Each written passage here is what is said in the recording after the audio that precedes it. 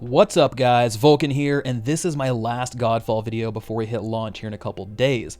And after launch, I'll be dropping build videos, tutorials, all sorts of other stuff, so it's exciting times. I'm really looking forward to this game and getting to share all sorts of different content with you guys. So I'm not gonna lie, this one is going to be a long video. We're gonna cover everything you need to know to hit the ground running in Godfall. I split it up into 3 categories: gameplay, progression, and endgame. I put timestamps in the description below to quickly find what you guys need. So let's get things kicked off with some gameplay. Now, for those of you that don't know, Godfall is described as a looter slasher and pretty much works like other looters out there, except this game only revolves around melee weapons. So while Borderlands is only guns, bazillions of guns, it's crazy. Godfall is only melee weapons. So combat is almost always going to be close quarters. It involves dodging, blocking, and slicing through enemies. This is not a Souls-like game. So please don't go into it thinking it's going to be like Dark Souls, it's going to be like Nioh or anything like that. This is a completely different game. It's not a button smasher, but it's kind of in between. So to get started, you're going to pick missions from your holo map and your player hub, the 7th Sanctum. And these missions are going to pull you through the story and allow you to access the end game. Now, all of these missions will be packed with enemy factions that live in those different realms. There's going to be some wandering factions that appear everywhere, so you will see a little bit of consistency across all the different maps. But what I'm trying to say is there's going to be a lot of combat. There's going to be a lot of combat in this game. And combat in Godfall is pretty straightforward. You have 2 melee weapons, a shield, an Archon ability, which is like an ultimate, a battle banner, and a life stone. And each one of these serves a different purpose.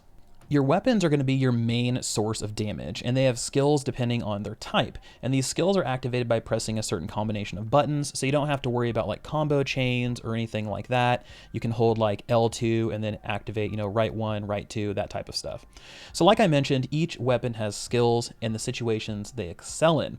So here's what we know so far. First up, we have long swords. These are balanced and average across the board, very jack of all trades. They're a great all-around weapon for someone who isn't looking to specialize into a certain style quite yet. Then we have pole arms. These are great for extending your range and keeping enemies at a distance, but because of this, they're going to deal less damage. Now, the special thing about pole arms is that you can actually throw them like spears, which is great if you want to deal damage to exposed weak points or hit enemies that might be shooting you with like arrows or something like that.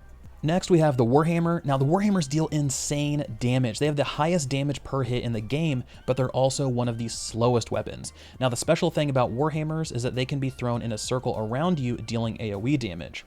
Great swords, on the other hand, deal high damage, but not quite as high as the Warhammer. However, they're just as slow. But the thing that kind of separates these two is that the Warhammer goes in a circle when you do AoE damage. The great sword can be thrown in a straight line in front of the player, dealing high single target damage, which is fantastic. Next, we have dual blades. Now, these are the fastest weapons in Godfall. They're great for melting weaker targets and single targets, but because they have the highest speed in the game, they're also very low on damage per hit. So this weapon type is really about quantity of hits, not the quality of hits. And one of the signature skills for dual blades is the ability to throw your blade into an enemy, pull them towards you, and just melt them. So this works really well for enemies who like to run away and you're trying to kind of control the situation. Now, the last one isn't necessarily a weapon, but it's just as important, and that's your shield. Your shield can be thrown, used to parry attacks, counter attacks, block attacks. You can smash it into the ground to deal AoE damage, and it doesn't deal a ton of damage overall, but its utility is where its usefulness comes into play. So expect to be using your shield quite a bit. Also, this is not something you have to equip. It's something that's always equipped. So if you have a Warhammer or dual blades, you can still use your shield. It's not something you have to either sacrifice a certain weapon type for, which is good. So now that we learned about all the different weapon types in Godfall, let's move on to Archon abilities, battle banners, and life stones. So in Godfall, you're going to choose a Valor plate, which is like a class, and there are going to be 12 total Valor plates at launch. They're going to start you off as Silvermane, but after that, you can choose whatever Valor plate you want as long as it's unlocked. You can craft it and begin using it immediately, which is something to mention. So you can always change your Valor plates. You aren't stuck into one for the full game. It's not something you pick at the beginning and you're stuck with it. You can actively change these. And each Valor plate has a passive bonus and an ultimate skill called Archon mode, which puts the player in a powered up state that gives extra bonuses, activates new abilities, things like that. And from what we've seen, these are pretty powerful skills. They can really make or break a fight. And so far, here's what we know about each plate. So we have Silvermane, which is the one you begin with. It excels at crowd control, and its Archon ability summons 3 allies to fight alongside you. Then you have Armistice, and Armistice is an absolute damage plate 100%. If you want big damage, Armistice is your guy. It possesses the easiest way to quickly add flat damage to your attacks with its sockets, which we'll talk about in a bit, and its Archon ability causes all enemies around you to become breached, which allows your team to either execute them or deal high amounts of damage to bosses or stronger enemies. So this guy right here is really just built to ruin people's lives.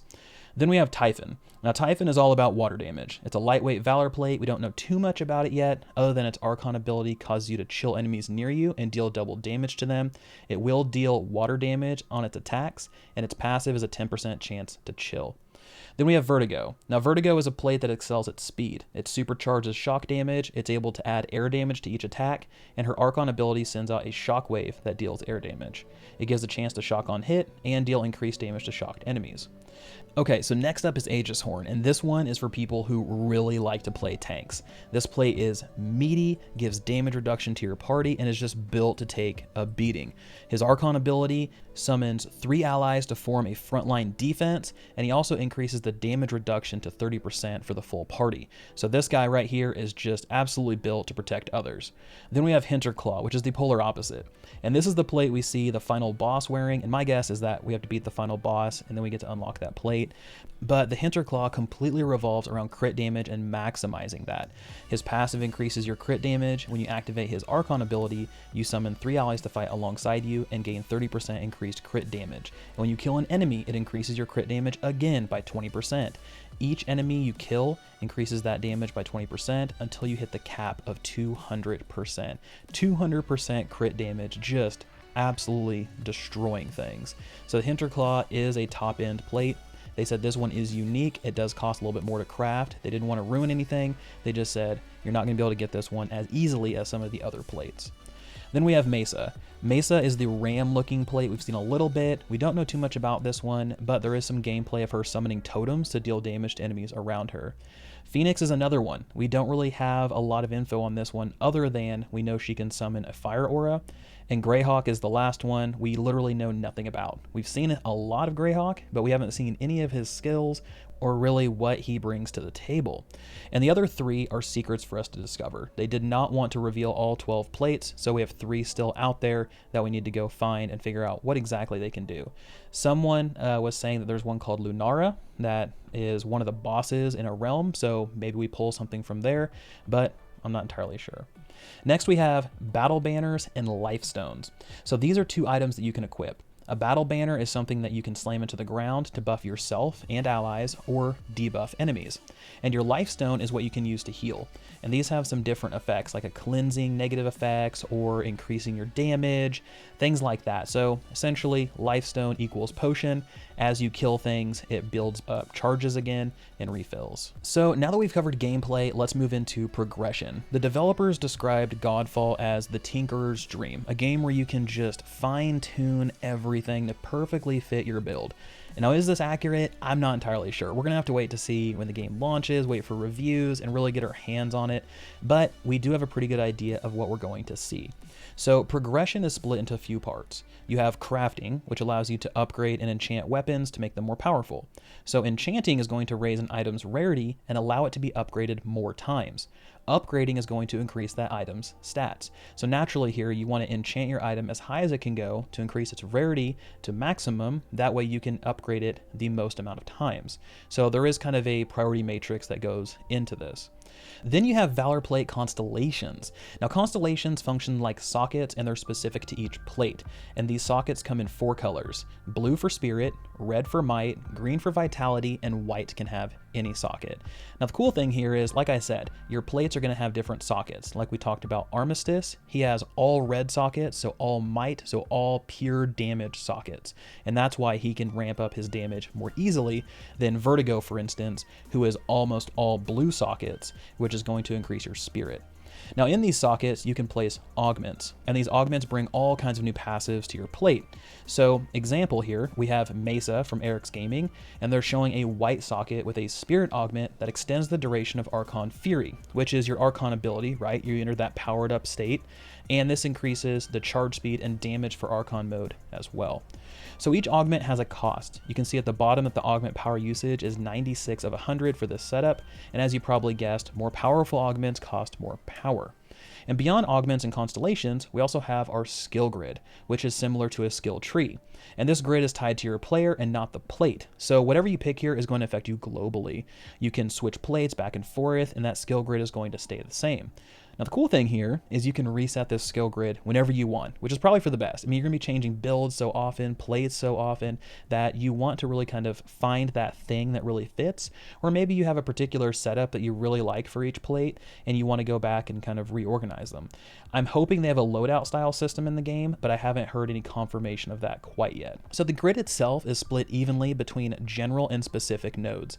We have things like passive increases to crit damage, but we also see new skills like Siphon, which sucks the life out of enemies around you and resurrects them if they die during that siphon. And each one of these nodes can be upgraded, and while you can't fill them all out, max level is 50, so you get baseline 50 skill points from leveling, and then you can get a few more by doing extra activities. So you can't fill it all the way out, but you can obviously get way higher than max level of 50 and those 50 skill points. So I really like they went this route. I'd like that they decided to help empower experimentation and give more flexibility to players to adjust for certain situations. So that's progression in a nutshell. Now let's talk about Endgame. What are we going to do after the story? So Endgame in Godfall comes in 3 flavors: Hunts, Dreamstones, and Tower of Trials, and all of these become available after you beat the main story. Hunts are like bounties. You're hunting down a specific boss that you fought before, but this time they have unique modifiers and are on a harder difficulty. Dreamstones are Godfall's form of a new game plus. There are going to be 18 of them, and these are your main content immediately after you beat the story. Each one focuses on a boss that you fought before, this time with a twist. Whether that's a new mechanic or modifiers, I'm not entirely sure, but they did make sure to talk to us about this will not be the same experience you had in the story. And each Dreamstone is made up of 3 rounds. You progress through these rounds. All of them contain random enemies, objectives, elites, mini-bosses. If you manage to clear the round, then you get some bonus loot, a new powerful buff that's going to help you during that Dreamstone, and you learn about what kind of changes the end game boss has. That way you know what you're going up against, the one that you're going to have to beat to clear this Dreamstone. If you fail around in the Dreamstone, that's fine. You still progress, right? No issues, but you don't get the bonus loot, you don't get the buff, and you don't get the insider knowledge. And if you fail against the final boss, then you have to restart the entire Dreamstone all over again and continue replaying it until you clear it. When you do clear it, you unlock the next Dreamstone, and so on. Now the way this works is the first 9 Dreamstones are designed to get players to max level, and they put your build through a series of tests to see if it's ready for the tower. And on the 10th Dreamstone, you unlock the Ascended Tower of Trials. Now the Tower of Trials is the pinnacle in-game activity, right? This is the equivalent of like raids in Destiny. This is designed to crush players. It demands high skill, and it demands a powerful build to be successful. This tower is also never ending, so you can literally just keep going. It's infinite, right? It gets progressively harder each floor until you fail. Each room that you clear, you gain a powerful buff, you gain some extra loot, and you gain keys. And these keys are used to unlock doors and chests that are found within the system. So at the end of a room, you look and you have 3 doors to choose from, and they'll have different rewards. This door has a chest on it for extra loot. This door has crafting materials. This door has, a question mark. And let's say you want the loot one, you spend your keys to unlock the loot door. If you clear that room that the loot door led to, then you get the extra loot. If you don't, then you're kicked out, because the Tower of Trials is a roguelike and you start all the way over. That's really kind of the name of the game for Endgame and Godfall. Roguelike, just about everywhere. Now the tower also contains powerful unique items that can only be found in that mode, and lots of these are very build enabling. So if you want to reach maximum effectiveness for your setup, you got to visit the tower. So guys, that's it. I mean, those are all the key things that we know about Godfall and what you need to know to hit the ground running. So my question to you guys, what setup are you wanting to try out? What weapons and Valor plates do you want to try first? I'm leaning more towards Aegis Horn with some life on hit augments to be a hybrid tank healer. I think that's going to be really, really cool. Something fun, something a little bit different. But anyway, I want to hear from you guys. As always, this has been Vulkan, and I'll see you guys next time.